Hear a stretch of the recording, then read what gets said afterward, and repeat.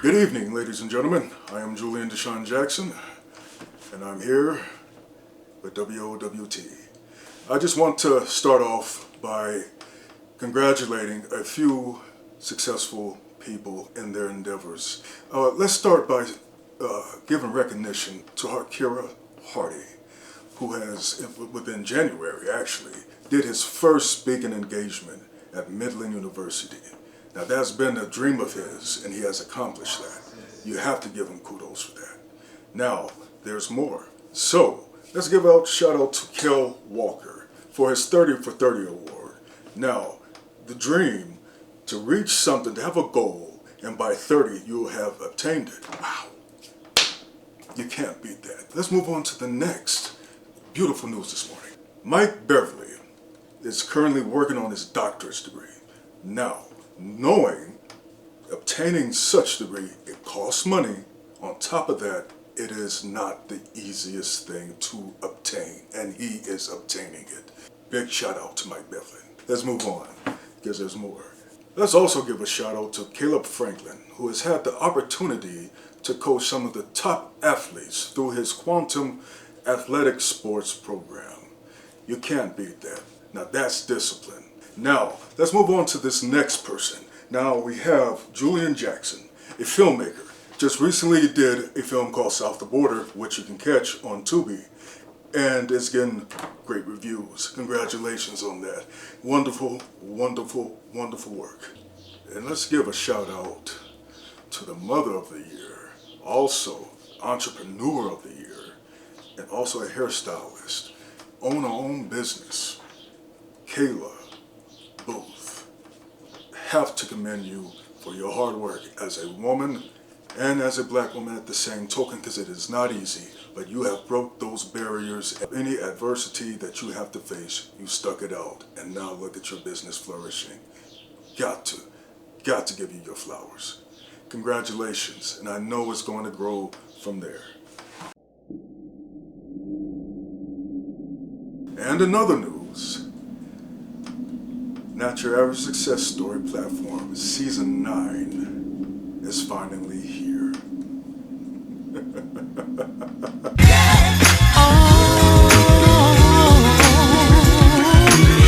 Everything's gonna be alright if you play your cards right.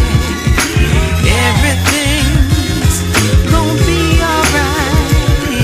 It's do or die, you're looking through the eye of a revolver. I revolve around the world, a problem solver. All to your ego and the way you walk and talk to people.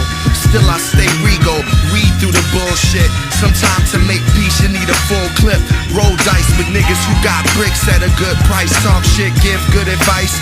Rolling through the hood right, it's the good life. Like G.I. said, getting it. How could I not be fed? Get bread, get dough, get fed, get mo. In the old school Lincoln, thinking I sit low. Let problems burn, slow away. I yearn for the day that it won't go gray. Remember we were kings back in the day. Still can be, depending on the cards you play. If you play your cards right, everything gon' be alright. If you play your cards right, everything's gon' be alright.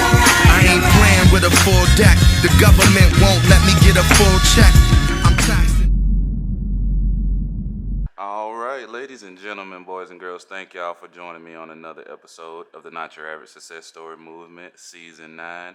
I'm sitting here and I'm blessed with the presence of my guy, Mr. J. Man, how you doing? Yes, sir. How you doing? I'm good. How you doing? Bro, I can't complain, man. Thank you so much for allowing me to steal a little bit of your time, y'all. We linked up on a holiday, and Dog could be with his family, but he decided to come and bless the platform. And so, like I said, I would just want to thank you so much for that. If you don't mind, could you introduce yourself, let us know your name, where you're from, and an interesting fact? All right, my name is Jay Donaldson. I'm from South Omaha, Nebraska. Interesting fact is that I guess that I'm the youngest child of my mom's. Okay. So I'm the baby. Okay. How many? She has 3 kids. Okay. Yeah. All boys, girls and 2 boys? boys and a girl. So the baby, 2 boys and a girl. How was that? It was different Mm-hmm. because like growing up, like I was always not under my mom, but I was always the mama's boy type situation. Yeah. And then my sister, she kind of looked after me too, so Mm-hmm. I was an annoying little brother. But even with that, like I still grew up to be first at not first like in first place, but like Yeah. I I graduated college first, started my own business first. Yeah. Went first on a lot of stuff, so Okay. it's kind of ironic. Okay. So you said you have your own business as well. Could you kind of like tap into that? Like what is that business specifically? Yeah, I have 2 businesses. I have Don Piece Collection, which is the wash line, and then I also have a property investment company, Property Dons, and we buy, fix, and flip, and gonna start doing some rentals, Airbnb and stuff like that. Based out of Dallas with that business, but we can buy anywhere. Mm. Man, okay. So, baby of 3. Yeah. Did you know going into your ventures now that this is what you would have been doing in terms of with your businesses, or did you kind of fall into them? Like growing up? Yeah. No, growing up, honestly, like I'm from the trenches, just to be transparent. Yeah. And so like growing up, it's like when you grow up in that environment, you looking up to the people that's hustling, kind of in that lane. So that's always, I won't say that's always where I saw myself, but that's where I see myself being able to make the most money. Yes, sir. So I always saw myself potentially going down that lane. Mm-hmm. And the people I looked up to was doing that too. So that's kind of where I thought I would go. But it's crazy how much that I learned from that that translates to entrepreneurship. So I think God always had his hand on it. Even though I was studying something different, he always had his hand on where I was going. Yeah. And it kind of was the perfect match for me. Man, okay. So you said you're from South Omaha. Yeah. Did you go to Omaha South? Yeah, I graduated from Omaha South. Okay. Went to school. I think I went to Central 1 year, freshman year, and then I went to King for 3rd grade. So other than that, all my schools was over South. Okay. I only went to school up north twice. But Did you do any sports? yeah, I played football and basketball in high school. Well, basketball throughout my whole entire life. So Okay. a lot of people I know is from playing sports. Okay. So I talked to DC. I Yeah. told him I had a question that was gonna get him in trouble. I got a question that's gonna get you in trouble. I need top 5 your era basketball players through Omaha. That's tough. He said the same thing. Let me think. The best player I've seen, I gotta put Dev real big. Okay. He's one of the best I've seen. Mm-hmm. BJ Valentine. Mm-hmm. BJ Matt Culliver. He was cold. That's tough.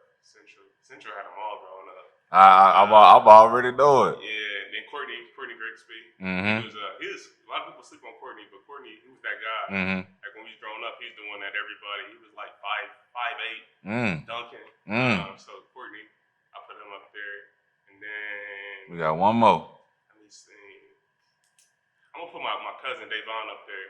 All right. He came off the bench at Central, but he was like that. Yeah. If he went anywhere else in the Metro, he would have did numbers. Oh, my bro Jamil too. Jamil LeBranch, not bad. Forgot about Jamil.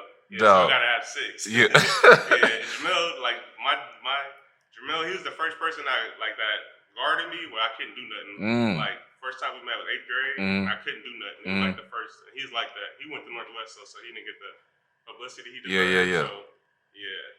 Dog, I got one for you. This is somebody that I met. This is someone that's true to my heart specifically.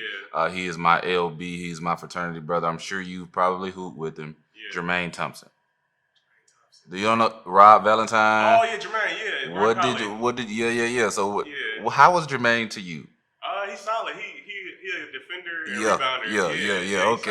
Okay. I think we only hooped a couple times Yeah. together, but Yeah, he's solid. that's my guy, man. And he honestly, so like I said, I'm from Mississippi, and he was one of the more tougher introductions to Omaha for me specifically. I mean, mind you, obviously the levels go up. Like, Right, I mean, I'm right. talking about KJ Scott, Yeah.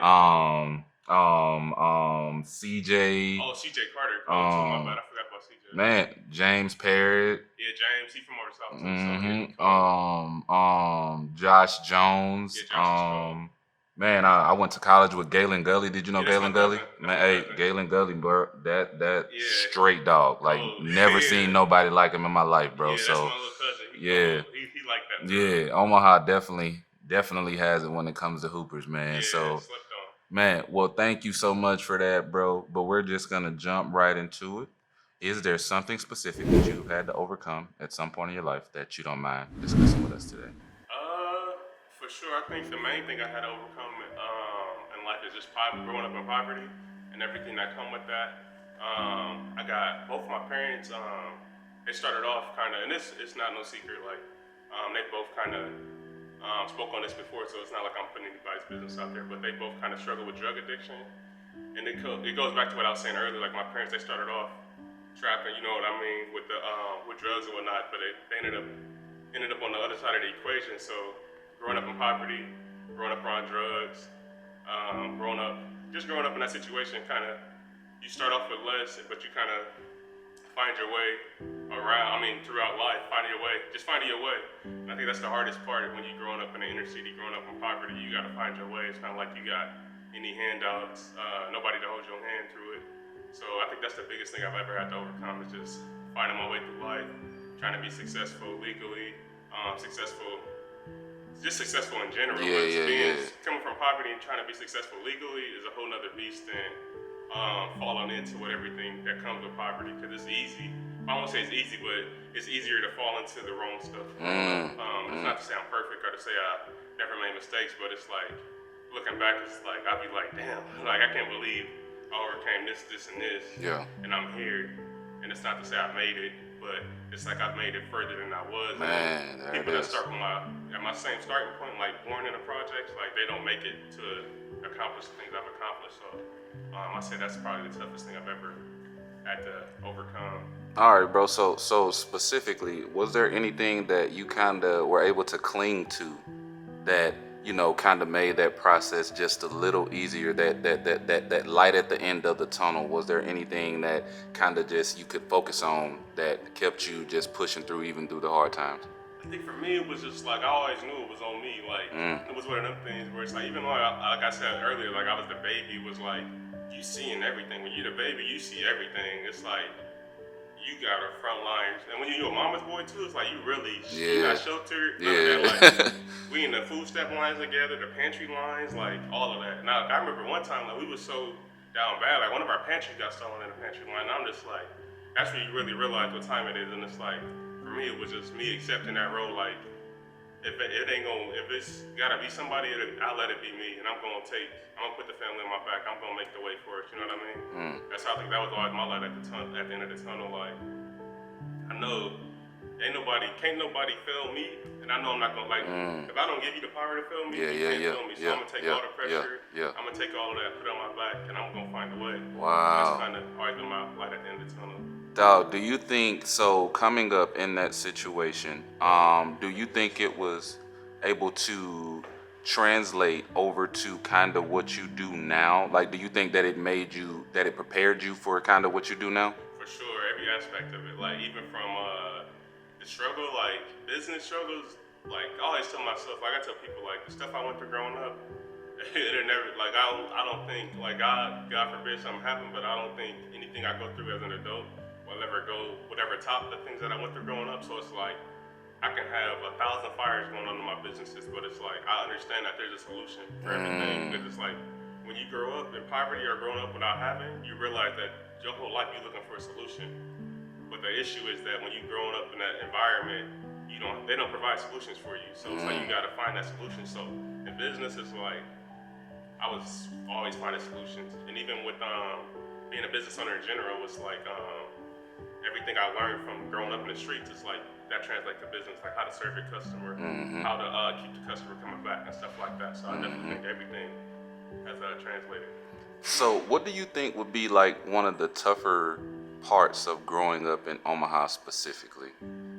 Just the lack of opportunity. Because now that I live in Dallas, it's like my son, like his opportunities is endless. Like I be telling him all the time, like, bro, if I had your resources growing up, I'd have been a dog. Like, and so it's like I think just Omaha, like I love Omaha. It's a small city. I think that's an advantage. Well, it can be an advantage, but I think the thing that will hold most people back here is just opportunity, lack of resources, lack of jobs, lack of second chances, stuff like that. Okay. Is there any advice that you can give to anybody out there that may be coming up in Omaha or may be venturing off into that space of like establishing themselves as far as jumping out on there and into something that they believe in? Is there any advice that you can give to anybody specifically in that realm? I say just keep going and always bet on yourself. I mean, nobody you can't fail you. Like as long as you got enough pride in yourself, enough courage, like just keep going, keep betting on yourself, because it's like the worst that can happen is you gotta find a different route. Man. And I think that's what a lot of people don't realize. It's like your worst case scenario is really not that bad. Yeah. So I think that would be my advice: just keep going, use the resources that you do got. Yeah. Use them to your advantage. Cool, man. Well, thank you so much, man, for the wisdom. Thank you so much for just coming on. Like I said, just blessing the platform. I know you could be doing anything else. So we done kind of wrapped it up with the advice. Is there anything else that you wanted to drop on us specifically while we got you? Nothing that comes to mind, but definitely appreciate you having me. Yes, sir. It's an honor to be on the podcast. Yes, sir. Tap in. Anybody that's watching, tap into the watch site. Yes, sir. Yes, sir. We're going to make sure we put that information right there. Yeah, yes, sir. DonPiece.com. If y'all got any properties y'all want to sell, like any headache properties or anything like that, definitely feel free to reach out to me directly. And I can definitely put an offer on a property. So, yeah. All right, bro. So I got one last question. 5 years from now, what does it look like for you? 5 years from now, I want to own a rental portfolio, have my businesses scaled to a point where I'm not working in them. I'm just kind of working on them. I think that's my main goal in the next 5 years. And being able to travel at will. When I want to travel, my kids healthy, wife healthy, family healthy. Just living our best life. And giving back to the city too. That's one of the biggest things I'm on right now is trying to get back to the city. So I got certain goals. I like to get back behind the scenes, so I don't put it all out there in the open. But I have certain personal goals with giving back that I want to hit, like different milestones I want to hit in the next 5 years. So yes, sir. God willing, I'll be able to hit those as well. All right, and when it's all said and done, you've reached the peak of the mountain that makes you feel the most fulfilled. What do you want to be remembered for?